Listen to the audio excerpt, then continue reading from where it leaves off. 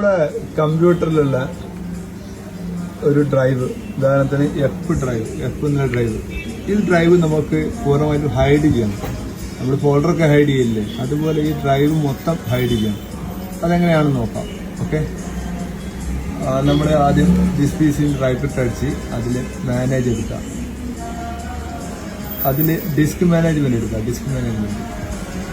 അപ്പോൾ അവിടെ നമുക്ക് കാണാൻ പറ്റും ഇതിൽ CF അങ്ങനെ 2 ഡ്രൈവാണ് ഇതിലുള്ളത്.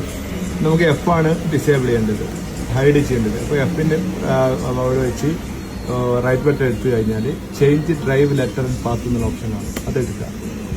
അതിനുശേഷം ഇവിടെ ആഡ് ചേഞ്ച് എന്നൊക്കെ ഉണ്ടാവും, അതിൽ റിമൂവ് കൊടുക്കുക.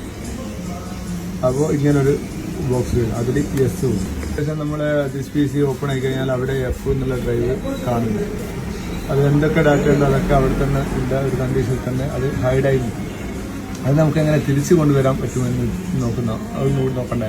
പഴയതുപോലെ തന്നെ ദിസ് PC എടുത്തതിന് ശേഷം ഇവിടെ ഡ്രൈവ് ലെറ്റർ ഇല്ലാതെ ഒരു സംഭവമാണത്. അതിൻ്റെ റൈറ്റ് ബട്ടൺ അടിച്ച് അത് ചേഞ്ച് ഡ്രൈവ് ലെറ്റർ പാത്ത് കൊടുത്ത് അതിൽ ആഡ് കൊടുക്കുക. ഓക്കെ കൊടുക്കുക. അതിനുശേഷം അതിൻ്റെ ക്ലോസ് ചെയ്ത് കഴിഞ്ഞാൽ അവിടെ നമ്മുടെ F എന്ന ഡ്രൈവ് വന്നിട്ടുണ്ടാവും. ഓക്കെ, ഇതുപോലുള്ള ഇൻഫോർമേറ്റീവ് വീഡിയോസിനായി പേജ് ഫോളോ ചെയ്തോളൂ.